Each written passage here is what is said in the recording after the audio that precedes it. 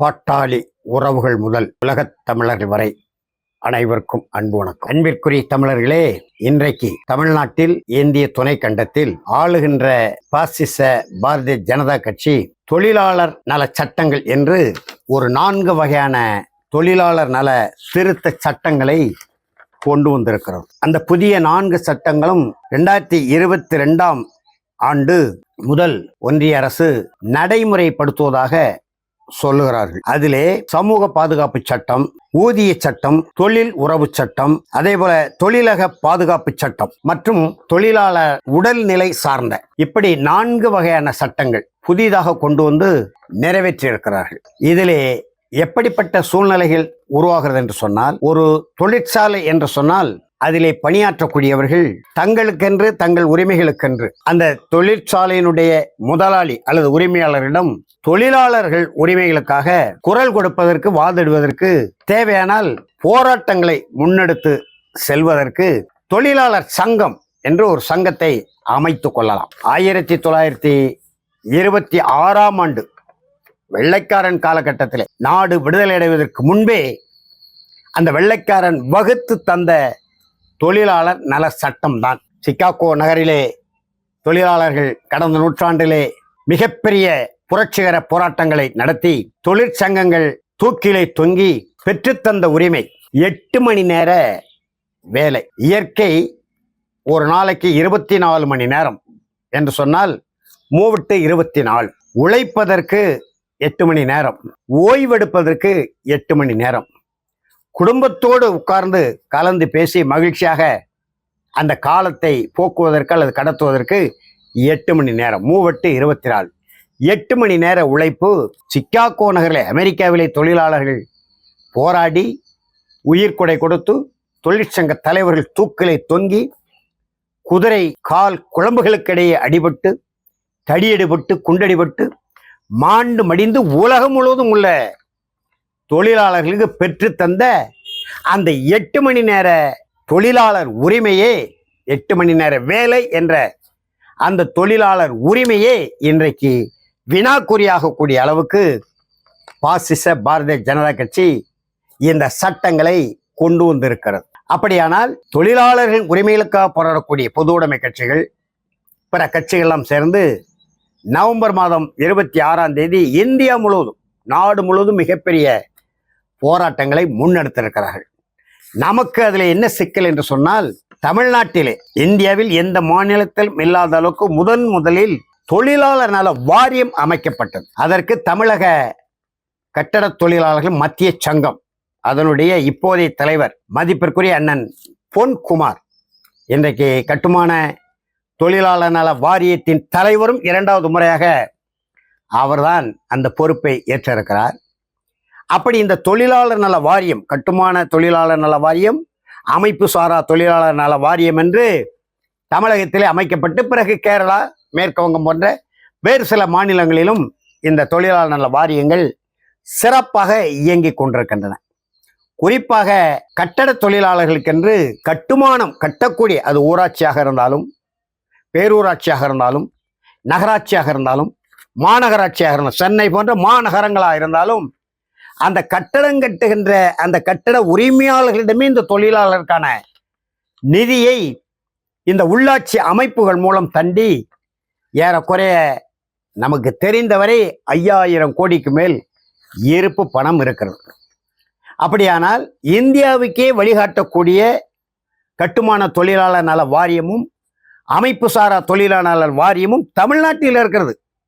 கட்டட தொழிலாளர்களே ஏறக்குறைய 30 லட்சத்திற்கு மேற்பட்ட தொழிலாளர்கள் அதில் தங்களை பதிவு செய்து கொண்டிருக்கிறார்கள். அந்த கட்டட தொழிலாளர் பிள்ளைகளுக்கு கல்வி உதவித்தொகை கிடைக்கிறது, திருமண உதவித்தொகை கிடைக்கிறது, ஓய்வு ஊதியம் கிடைக்கிறது, மருத்துவ உதவித்தொகை கிடைக்கிறது. இப்படி பல வகையான சலுகைகள். இப்பொழுது 2வது முறையாக வாரியத்தின் தலைவராக பொறுப்பேற்ற அண்ணன் பொன்குமார் அவர்கள் எங்களையெல்லாம் கலந்து பேசிதான் ஊரெல்லாம் வீடுகளை கட்டி கொடுக்கக்கூடிய கட்டட தொழிலாளிக்கு குடியிருப்பதற்கு வீடு இல்லை, அப்படியானால் ஒரு 3/4 செண்டு அல்லது 1 செண்டு நிலம் அந்த கட்டட தொழிலாளர்கள் பேரில் இருந்தால் 4 லட்சம் ரூபாய் நாம் அவர்களுக்கு நம்முடைய தொழிலாளர் நிதியிலிருந்து வீடு கட்டி கொள்வதற்கு உதவித்தொகை வழங்கலாம் என்று ஒரு விதிமுறையை வகுத்து தமிழ்நாடு அரசின் ஆணையும் பெற்று இன்றைக்கு நடைமுறையில் இருக்கு. நடைமுறை சிக்கல்கள் அதுல பல இருக்கு, அது வேற செய்தி. விண்ணப்பித்தவர்களுக்கு எல்லோருக்கும் வீடு கிடைக்குமா, விண்ணப்பித்தவர்கள் சரியான தரவுகளோடு விண்ணப்பித்தார்களா என்றெல்லாம் அதுல பல வகையான குளறுபடிகள் கோளாறுகள் இருப்பது வேறு. ஆனால் அப்படி ஒரு விதிமுறை வகுத்து அரசாணை வெளியிடப்பட்டு நடைமுறைக்கு வந்திருக்கிறது. இயற்கை இறப்பு நிதி, விபத்து உதவி நிதி, இப்படி பல வகையான சலுகைகள் அதிலே இருக்கிறது. ஆனால் கொரோனா காலத்திலே 2020ஆம் ஆண்டு நாடெங்கும் ஊரடங்கு சட்டம் நடைமுறையில் இருந்தபோது புலம்பெயர் தொழிலாளர்கள் போக்குவரத்துக்கு வழி இல்லாமல், வசதி இல்லாமல், தொடர் வண்டி ஓடவில்லை, பேருந்து ஓடவில்லை, வானூர்தி ஓடவில்லை, எதுவுமே இயங்காத நிலையில் மூட்டை முடிச்சுகளோடு ஒரு மாநிலத்திலிருந்து இன்னொரு மாநிலத்துக்கு போகிற அந்த காட்சிகள் எல்லாம் சமூக வலைதளங்களிலே, காட்சி ஊடகங்களிலே வெளிவந்து, நாளிதழில் வெளிவந்து, உச்சநீதிமன்றமே தானாக ஒரு வழக்கை பதிவு செய்து ஒன்றிய அரசிடம் கேட்கிறது. இந்த தொழிலாளர்களை பற்றிய மொத்த தரவுகளையும் உச்சநீதிமன்றத்தில் நீங்கள் தாருங்கள் என்று. இல்லை. அதற்கு பிறகுதான் எந்தெந்த மாநிலத்தில் தொழிலாளர் நல வாரியம் இருக்கிறது என்று கண்டுபிடித்து கணக்கெடுத்து இந்திய அளவிலே ஒரு தொழிலாளர் நல வாரியத்தை அமைக்கலாம் என்று இந்திய ஒன்றிய அரசு அதிலே முனைப்பு காட்டுகிறது. அப்படியானால் தமிழ்நாடு அரசு அமைத்த கட்டுமான தொழிலாளர் நல வாரியம், அமைப்பு சாரா தொழிலாளர் நல வாரியம் எல்லாம் ஒன்றிய அரசின் அந்த இந்தியா முழுமைக்கான தொழிலாளர் நல வாரியம் அமைக்கிற பொழுது தமிழ்நாட்டு கட்டுமான தொழிலாளர் நல வாரியம், அமைப்பு சாரா தொழிலாளர் நல வாரியம், அதே போல மேற்கு வங்கத்திலே, கேரளாவிலே, பிற மாநிலங்களில் இருக்கக்கூடிய வாரியங்களை எல்லாம் அது விழுங்கி விடக்கூடிய, அங்கேயும் மாநில உரிமைகள் பறிபோகக்கூடிய, மாநிலங்கள் கைவசம் இருக்கக்கூடிய அந்த நிதி ஆதாரங்களை கைப்பற்றக்கூடிய ஒரு நிலை வருகிறது என்று நாங்கள் எல்லாம் எதிர்ப்பு தெரிவித்தோம். இப்பொழுது இந்த 4 வகையான தொழிலாளர் சட்டங்களை கொண்டு வருகிற பொழுதும், ஒன்று சங்கம் அமைக்கிற உரிமை அதில் பறிபோகிறது. 100 தொழிலாளர்கள் இருந்தால்தான் சங்கம் அமைக்க முடியும். ஆனா இப்ப நடைமுறையில வெள்ளைக்காரன் போட்ட சட்டத்தில் 1926 7 பேர் இருந்தால் ஒரு சங்கம் அமைக்க முடியும். ஆனால் புதிய சட்டத்திலே 100 பேர் இருந்தால்தான் தொழிலாளர் நல சங்கம், உரிமை நல சங்கம் அமைக்க முடியும். அதே நேரத்திலே கோரிக்கை தான் வைக்க முடியுமே தவிர வேலை நிறுத்தம் செய்ய முடியாது, போராட முடியாது. அப்படியானால் இது பாட்டாளி வர்க்க விரோத சட்டமா இல்லையா, தொழிலாளர் விரோத சட்டமா இல்லையா? 100 ஆண்டுகளுக்கு முன்பே அமெரிக்க தொழிலாளர்கள் போராடி தடியடிபட்டு குண்டடிபட்டு மாண்டு மடிந்து தூக்கிலை தொங்கி உலகம் முழுவதும் உள்ள பாட்டாளி வர்க்கத்துக்கு பெற்று தந்த அந்த உரிமைகளை பாசிச பாரதிய ஜனதா கட்சி தட்டி பறிக்கிற போக்கு ஏற்புடையதா?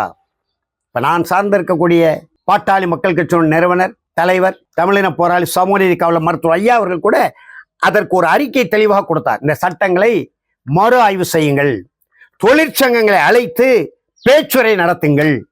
எந்த சட்டமாக இருந்தாலும் தொழிலாளர் நலன் சார்ந்த சட்டங்கள், தொழிலாளர்களுக்கான சட்டங்கள் என்றால் அந்த தரப்பினரை அழைத்து பேசி அவர்கள் ஒப்புதலோடு நிறைவேற்ற வேண்டும் என்று அறிக்கை கொடுத்தார்கள். அதே போல தமிழக கட்டட தொழிலாளர் மத்திய சங்கத்தினுடைய தலைவர், கட்டுமான தொழிலாளர் வாரியத்தின் தலைவர் அண்ணாச்சி பொன்குமார் அவர்கள் திருச்சியிலே ஒரு மிகப்பெரிய ஆர்ப்பாட்டத்தை மாவட்ட ஆட்சியர் அலுவலகம் முன்பு நடத்தினார். மத்திய அரசு மோடி அரசு, மத்திய அரசு மோடி அரசு போராடி பெற்ற உரிமையை, போராடி பெற்ற உரிமையை, தொழிலாளர் சட்டத்தை பறிக்காதே, பறிக்காதே, பறிக்காதே, பறிக்காதே, போராடி பெற்றுட்ட தொழிலாளர் சட்டத்தை பறிக்காதே, பறிக்காதே. அனுமதியோம், அனுமதியோம். ஒரே நாடு, ஒரே மொழி, ஒரே தேர்தல், ஒரே கல்வி, ஒரே தொழிலாளர் சட்டத்தை அனுமதியோம், அனுமதியோம். அண்ணல் அம்பேத்கர் உருவாக்கிய தொழிலாளர் சட்டத்தை கார்ப்பரேட் கம்பெனிகளுக்கு சாதகமாக மாற்றுகின்ற மத்திய அரசு, மோடி அரசு கண்டிக்கிறோம், கண்டிக்கிறோம். நாமும் அந்த செய்தியை பார்த்து அந்த ஆர்ப்பாட்டத்திலே பார்வையாளராக பங்கேற்பாளராக பங்கேற்றோம். மூவேந்தர் கட்டட தொழிலாளர் மற்றும் அமைப்பு சாரா தொழிலாளர் சங்கத்தின் சார்பிலே அந்த வகையிலே தமிழ்நாடு அரசுக்கு முன்பு இந்த பொது உடைமை கட்சிகள் தொழிலாளர் வர்க்கத்திற்காக உலக தொழிலாளர்களை ஒன்றுபடுங்கள் என்ற முழக்கத்தின் கீழே தொழிலாளர்களுக்காகவே கட்சி நடத்துகிற பாட்டாளிகளுக்காகவே கட்சி நடத்துகிற பொது உடைமை கட்சிகள் ஒரு முறை போராடினார்கள், அவ்வளவுதான். ஒரு அறிக்கை கொடுத்தார்கள் 2 தரப்பில் இருந்து, அவ்வளவுதான். அதுக்கப்புறம் உயிரோட்டமுள்ள ஒன்றிய அரசின் கவனத்தை ஈர்க்கக்கூடிய எந்த போராட்டத்தை நடத்தலை. ஏன் நடத்தல? அவர்கள் படிப்படியாக பொது உடைமை கட்சி பாட்டாளி வர்க்கத்திற்காக உலக தொழிலாளர்களுக்காக உருவாக்கப்பட்ட அமைக்கப்பட்ட அந்த பொது உடைமை கட்சி மாபெரும் தலைவர்கள் நம்முடைய ஜீவானந்தம் போன்றவர்கள், சிங்கார வேலனார் அந்த காலத்திலே முதல் தொழிற்சங்கம் அமைத்து மேனாள் கொண்டாட்டத்தை சென்னையிலே 1920களிலே சிங்கார வேலனாரும் கப்பலோட்டிய தமிழரும் அன்றைக்கு தொடங்கி வைத்தார்கள். அந்த தொழிற்சங்கத்தின் அடிப்படையிலான இந்த பொது உடைமை கட்சிகள் இன்றைக்கு வாய்மூடி மௌனிகளாக இருப்பதுதான் வேதனையான ஒரு வேடிக்கை. அந்த வகையிலே தமிழக கட்டட தொழிலாளர் மத்திய சங்கம், பிற சங்கங்கள், பாட்டாளி மக்கள் கட்சி இதிலே கவனம் செலுத்துகிறது. மதிப்புக்குரிய அண்ணன் பொன்குமார் அவர்கள் அழகாக சொன்னார்கள், இந்த சட்டம் நடைமுறைக்கு வந்தால் நம்முடைய வாரியமே இருக்காது, அந்த ஒன்றிய தொழிலாளர் நல வாரியம் இதை விழுங்கிவிடும். அப்படியானால் நமக்கான வகுத்து வைக்கப்பட்டுள்ள அந்த விதிமுறைகள், சட்டங்கள், அரசாணைகள் செல்லுபடியாகாது. எதற்கடுத்தால் நம்ம ஒன்றிய அரசை நாட வேண்டிய சூழ்நிலை உருவாகும் என்று எச்சரிக்கை மணி அடித்திருக்கிறார். தமிழ்நாட்டில் உள்ள அனைத்து கட்சிகளும் இதில் கவனம் செலுத்த வேண்டும்.